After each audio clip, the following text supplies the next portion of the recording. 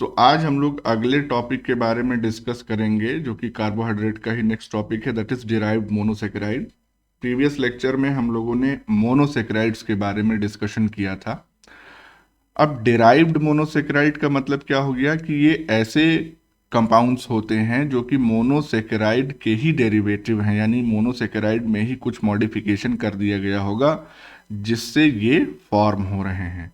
तो अगर इनकी सिंपल डेफिनेशन हम मेंशन करें यहाँ पे, तो यहाँ डिराइव्ड मोनोसेकेराइड्स में क्या होता है कि in this case the monosaccharides, जो हमारे मोनोसेकेराइड्स होते हैं, आर मॉडिफाइड वेरियसली, मतलब अलग अलग तरीके से उनको मॉडिफाई किया जाता है to form a number of different substances। तो अलग अलग तरीके से मॉडिफाई करने से फायदा क्या होगा कि हमको अलग अलग टाइप के सब्सटेंसेस मिलेंगे which will belong to the category of derived monosaccharides. ठीक है, तो उसमें से कुछ इंपॉर्टेंट डेरिवेटिव्स जो हैं उनकी हम बात कर लेते हैं। तो सम important derivatives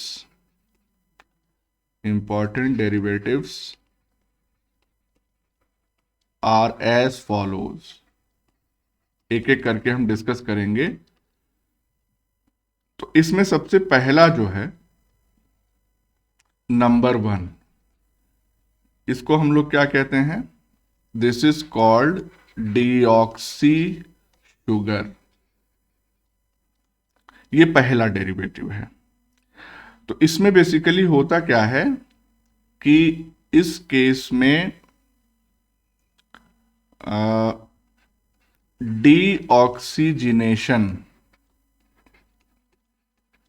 ऑफ राइबोज एक पेंटोज शुगर है, कल ही हमने बताया था लास्ट प्रीवियस लेक्चर में। तो डीऑक्सीजिनेशन ऑफ राइबोज प्रोड्यूसेस डीऑक्सीराइबोज, यानी कि राइबोज जो पेंटोज शुगर है उसमें से ऑक्सीजन का एक एटम निकाल दिया गया और उससे हमको मिला डीऑक्सीराइबोज। अब ये जो डीऑक्सीराइबोज है ये क्या है? This is the constituent of DNA. DNA बनाने में डीऑक्सीराइबोज शुगर का बहुत अहम रोल है। इनफैक्ट वो डीएनए का बैकबोन बनाती है, या जो डीएनए के स्ट्रैंड्स होते हैं उसको फॉर्म करने में अपना रोल प्ले करती है। अच्छा, राइबोज जो है वो किसका कॉन्स्टिट्यूएंट होता है? It is the constituent of RNA, यानी कि आरएनए को बनाने में राइबोज शुगर का बहुत अहम रोल है। तो इसको अगर हम स्ट्रक्चर वाइज थोड़ा सा समझने की कोशिश करें तो जैसे मान लीजिए सबसे पहले हम बनाएंगे ribose sugar.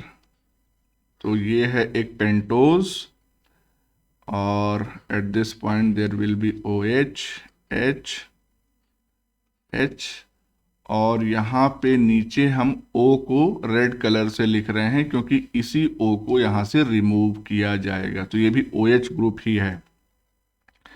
Then we have again OH H, then we have H and finally we have CH2OH। तो ये जो डायग्राम है, it is diagram of ribose sugar. अब यहाँ पे हमको कार्बन एटम की नंबरिंग करना बहुत जरूरी है। तो ये नंबर 1 कार्बन एटम है, ये नंबर 2 है, this is number 3, number 4 and this is number 5। तो हो गई पेंटोज शुगर, 5 कार्बन हो गए इसमें। अब इस राइबोज शुगर का क्या होना है? दिस हैज टू अंडरगो डीऑक्सीजिनेशन, जैसा कि अभी हमने ऊपर लिखा डीऑक्सीजिनेशन। इसका सिंपल मतलब क्या होता है? Removal of oxygen atom. तो ऑक्सीजन एटम किस कार्बन के OH से निकल रहा है? 2। यानी कार्बन नंबर 2 पे जो OH अटैच्ड है उसके OH में से ये ऑक्सीजन रेड वाला जो है वो रिमूव हो जाएगा। तो कुछ नहीं करना है, इसी डायग्राम को रेप्लिकेट कर देना है यहाँ पे, बस इसमें वो जो ऑक्सीजन एटम था वो हम नहीं बनाएंगे। तो दिस विल बिकम, यहाँ पे भी H हो जाएगा, यहाँ तो H था ही, this OH H then H and we have CH2OH। तो इसमें भी फिर से नंबरिंग हम कर दें तो 1 2 3 4 और ये 5वां कार्बन है। तो हम देख सकते हैं कि दूसरे नंबर के कार्बन से ऑक्सीजन एटम निकल गया and now this sugar becomes deoxy, यानी ऑक्सीजन निकल गया, डीऑक्सी राइबोज। ठीक है। अब देखिए बेसिकली होता क्या है कि जब डीएनए के अंदर ये शुगर प्रेजेंट होता है तो वहां पे इसकी नंबरिंग जो है उस पे हम लोग प्राइम लगा देते हैं ऊपर की तरफ, दिस शॉर्ट है ना, इन्वर्टेड कॉमा जो ऊपर की तरफ लगाते हैं, दिस लाइक दिस। ऐसा क्यों लगाते हैं? इस साइन को हम क्या पढ़ते हैं? It is read as prime. तो 1 prime 2 prime 3 prime 4 prime 5 prime. Prime लगाने का मकसद ये होता है क्योंकि डीएनए में सिर्फ ये शुगर नहीं होती है, डीएनए में शुगर के साथ साथ नाइट्रोजनस बेसेस भी होते हैं और उनके भी अपने कार्बन और नाइट्रोजन एटम्स प्रेजेंट होते हैं, उनकी भी नंबरिंग होती है, नाइट्रोजन बेसिस के कार्बन और नाइट्रोजन एटम्स की। तो उनकी नंबरिंग को इस शुगर के नंबरिंग से डिफरेंशिएट या अलग करने के लिए ही शुगर के जो कार्बन हैं उस पे प्राइम लगा दिया जाता है। तो इस डीऑक्सी राइबोज को ज़्यादा एक्यूरेटली हम क्या कह सकते हैं? It can be called as 2 prime deoxyribose. ये इसका ज़्यादा एक्यूरेट नाम होगा क्योंकि हम यहाँ पे स्पेसिफिक पोजीशन भी बता रहे हैं कार्बन की, जिस कार्बन से ऑक्सीजन एटम रिमूव हुआ है। तो इस तरह से ये डीऑक्सी शुगर जो है वो तैयार होती है। तो ये पहला डेरिवेटिव हो गया। अब बात करते हैं सेकेंड डेरिवेटिव की। तो लेट्स मूव टू नंबर 2। दूसरा जो डेरिवेटिव होते हैं वो होते हैं एमिनो शुगर। तो इसका मतलब कि शुगर मॉलिक्यूल या सैकेराइड मॉलिक्यूल में एमीन ग्रुप अटैच कर दिया जाएगा। तो सिंपल डेफिनेशन इसकी हम क्या लिख सकते हैं कि द monosaccharide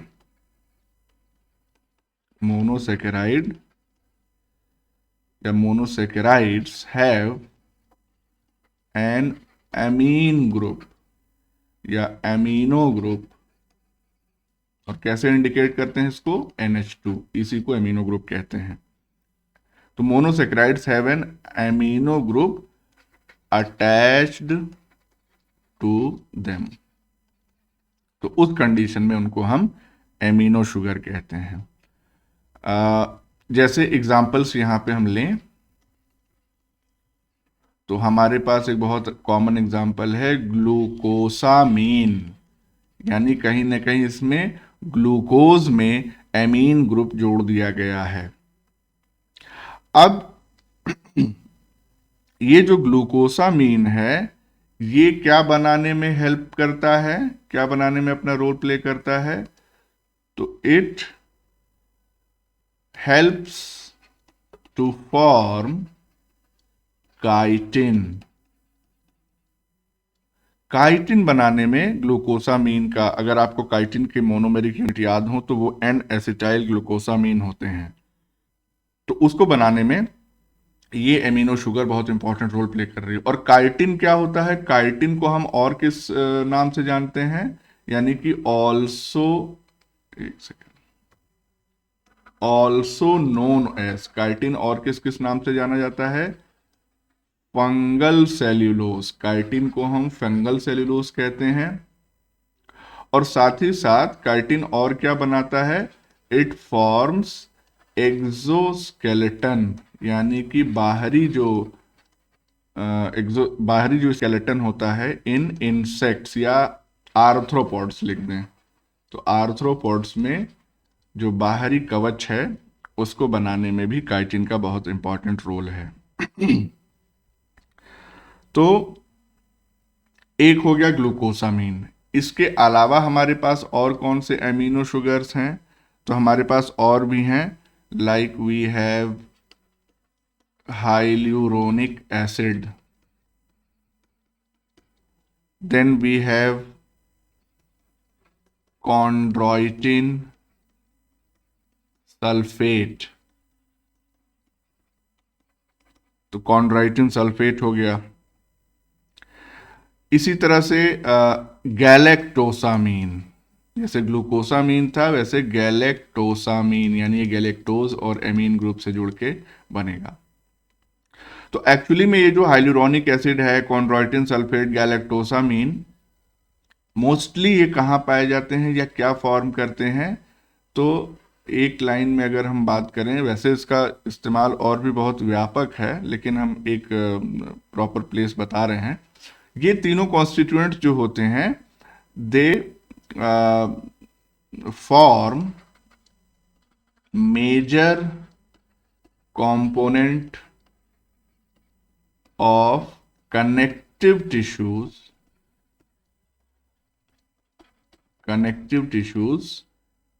और कनेक्टिव टिश्यू का भी जो मैट्रिक्स वाला पार्ट होता है इन एनिमल्स। ठीक है, तो ये सारे क्या हो गए हमारे amino sugars which are derived monosaccharides. तो ये हो गया number 2। Let's talk about number 3, यानी तीसरा जो डिराइव्ड मोनोसेकेराइड है वो क्या होते हैं? तो दे आर शुगर एसिड्स।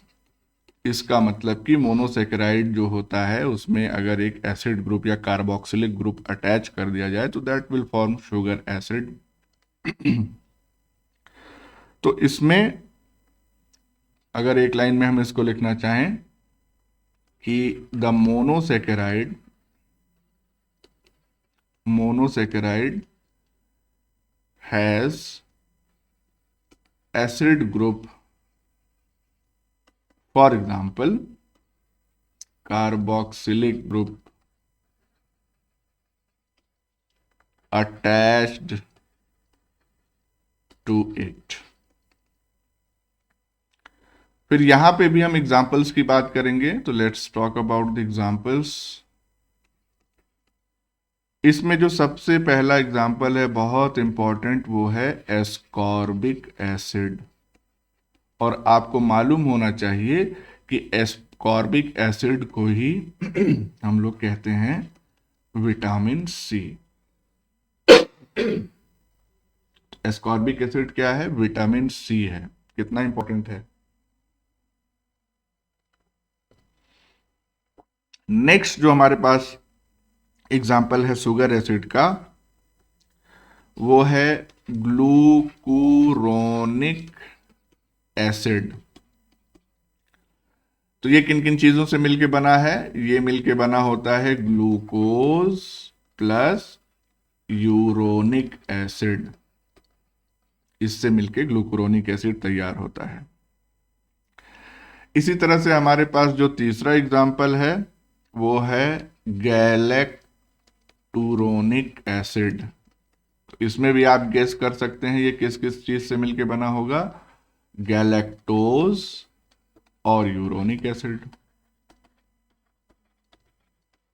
अब ये जो दोनों कॉन्स्टिट्यूएंट्स होते हैं, यानी कि ग्लूकुरोनिक एसिड और गैलेक्टूरोनिक एसिड, ये दोनों के दोनों म्यूकोपॉलीसेकेराइड बनाने में अपना रोल प्ले करते हैं। तो इसको हम नीचे ले आए लाइक दिस।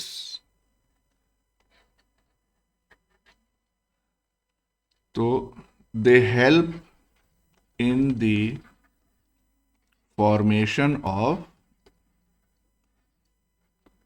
म्यूकोपॉलीसेकेराइड्स। म्यूकोपॉलीसेकेराइड्स जनरली ऐसे सब्सटेंसेस होते हैं which provide lubrication to the area, to the surface where they are present. जैसे कि इसका बहुत अच्छा एग्जांपल है म्यूकोपॉलीसेकेराइड। खैर इसको भी हम डिटेल में जब जब हम बेसिकली जो ग्लाइकेंस होते हैं दूसरे कॉन्स्टिट्यूएंट से मिलकर जब वो तैयार होते हैं उनके बारे में जब हम पढ़ेंगे तब म्यूकोपॉलीसेकेराइड और डिटेल में आएगा। लेकिन फिलहाल के लिए हम अगर आपको बता दें कि म्यूकोस पॉलीसेकेराइड कहाँ पे पाए जाते हैं बहुत कॉमनली, तो फाउंड इन एलोवेरा। कभी एलोवेरा का जेल आपने देखा होगा, कितना वो चिपचिपा होता है, और उसको जो है उससे मालिश भी की जाती है, उसको कंज्यूम भी किया जाता है, एलोवेरा का जूस भी पिया जाता है। तो वो क्या करता है, जब बॉडी में जाता है तो बॉडी में सर्कुलेट होता है, और जहाँ जहाँ मॉइस्चर की कमी है, मेनली जो जॉइंट्स बोन के होते हैं, वहाँ वहाँ पे जाके वो मॉइस्चर प्रोवाइड करता है, ल्यूब्रिकेशन प्रोवाइड करता है, जिससे फंक्शनिंग स्मूथ रहे। तो उस म्यूकोपॉलीसेकेराइड के कॉन्स्टिट्यूएंट्स ग्लूकुरोनिक एसिड और गैलेक्टुरोनिक एसिड्स होते हैं। तो ये हो गया हमारा तीसरा डेरिवेटिव। अब हमारे पास जो चौथा डेरिवेटिव है उसको हम लोग कहते हैं शुगर एल्कोहल। यानी ये ऐसा मोनोसेकेराइड होगा जिसमें कोई ना कोई अल्कोहल अटैच्ड होगा, या उसमें एडिशनल OH ग्रुप्स प्रेजेंट होंगे। वैसे तुम जानते हैं कार्बोहाइड्रेट्स में OH ग्रुप होते ही हैं, एडिशनल अगर OH ग्रुप्स प्रेजेंट हो गए then it will be called as sugar alcohol. तो यहां पे हम लिख सकते हैं कि the monosaccharide contains alcoholic group, और एल्कोहलिक ग्रुप का मतलब क्या हो गया, OH। और वो भी कैसे, एडिशनली, क्योंकि मोनोसेकेराइड में तो ऑलरेडी होता है, तो एडिशनली। एक से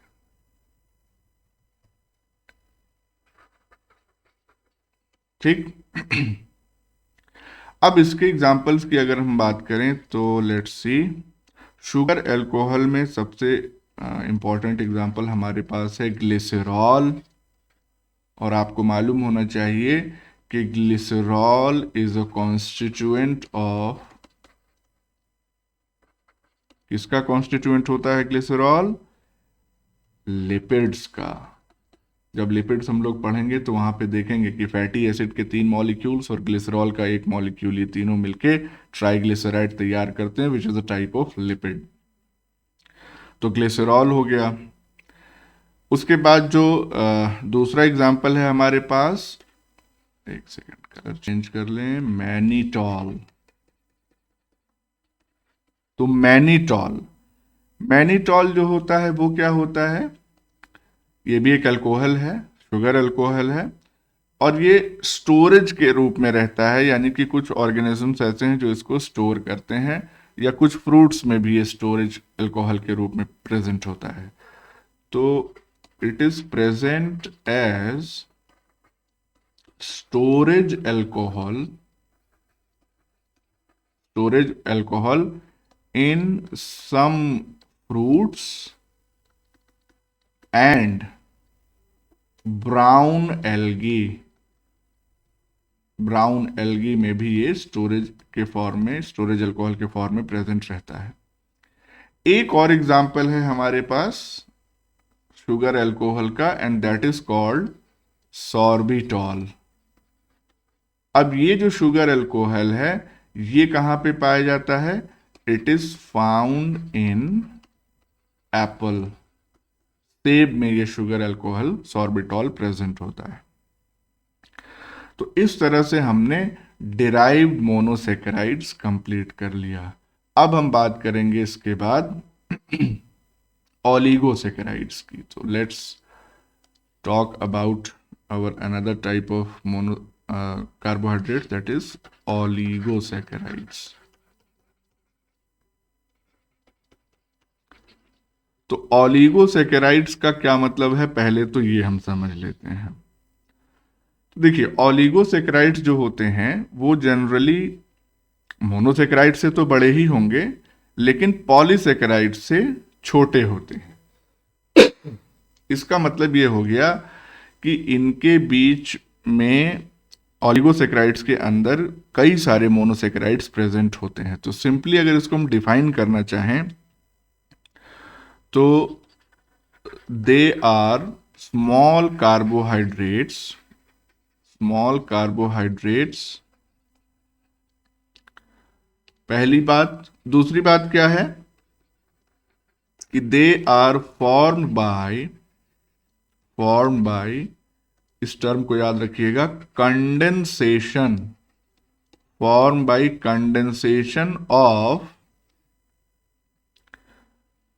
ये भी बहुत इंपॉर्टेंट है, 2 to 9 मॉलिक्यूल्स या 9 monosaccharides,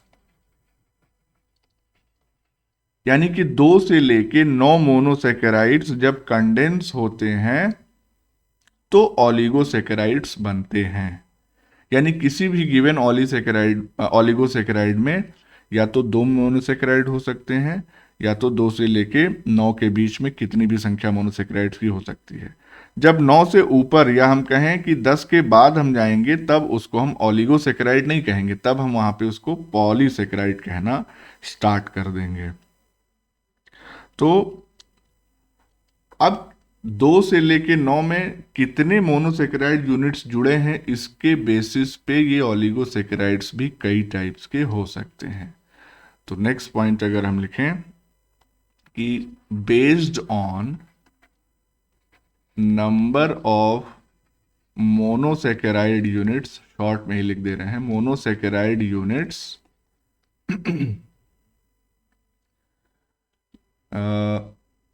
the oligosaccharides can be of following type। तो अब वो कौन कौन से टाइप्स हैं, एक एक करके हम उसको देख लेते हैं। नंबर 1, सबसे पहला हो जाएगा डाइसेकेराइड। तो डाइसेकेराइड में जाहिर सी बात है कितनी मोनोसेकेराइड्स होंगे, 2 मोनोसेकेराइड्स होंगे। तो डाइसेकेराइड के हम यहां पे सिंपली एग्जाम्पल्स लिखेंगे। For example sucrose and lactose. अब ये सुक्रोज जो है वो किस किस मोनोसेकेराइड से मिलके बना होता है, तो सुक्रोज बना होता है ग्लूकोज प्लस फ्रक्टोज से। तो 2 मोनोसेकेराइड यहां पे हो गए। इसी तरह से लैक्टोज जो है वो किन मोनोसेकेराइड से मिलके बना होता है, तो it is made up of glucose plus galactose. ठीक, इसके बाद जो नेक्स्ट हमारा ट्राइसेकेराइड।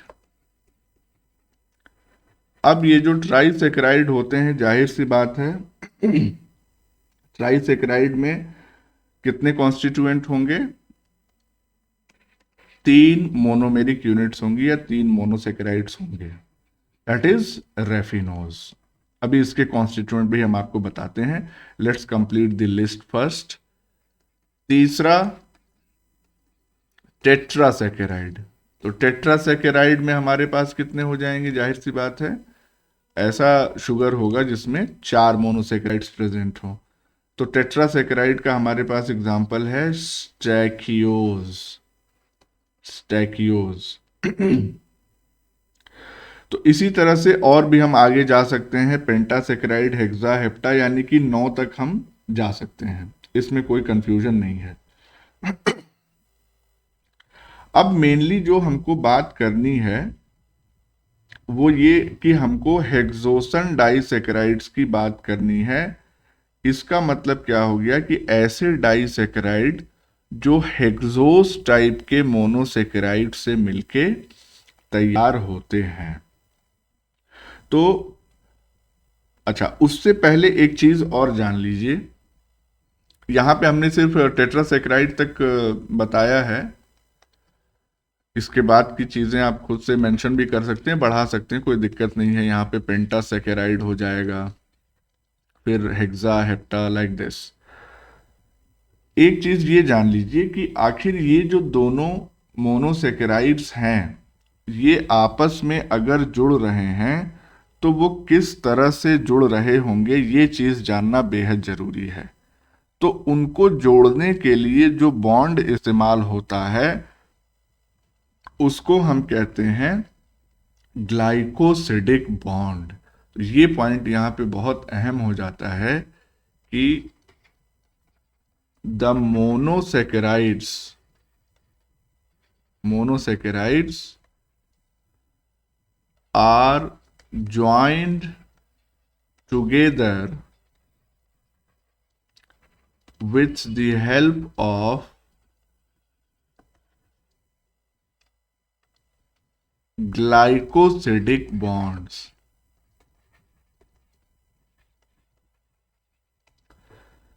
तो अब ये जो ग्लाइकोसिडिक बॉन्ड का फॉर्मेशन है, या जो हमने ऊपर आपको टर्मिनोलॉजी यहाँ पे बताई कि condensation, they are form by the condensation of 2 to 9 monosaccharide. तो इस कंडेंसेशन का क्या मतलब है?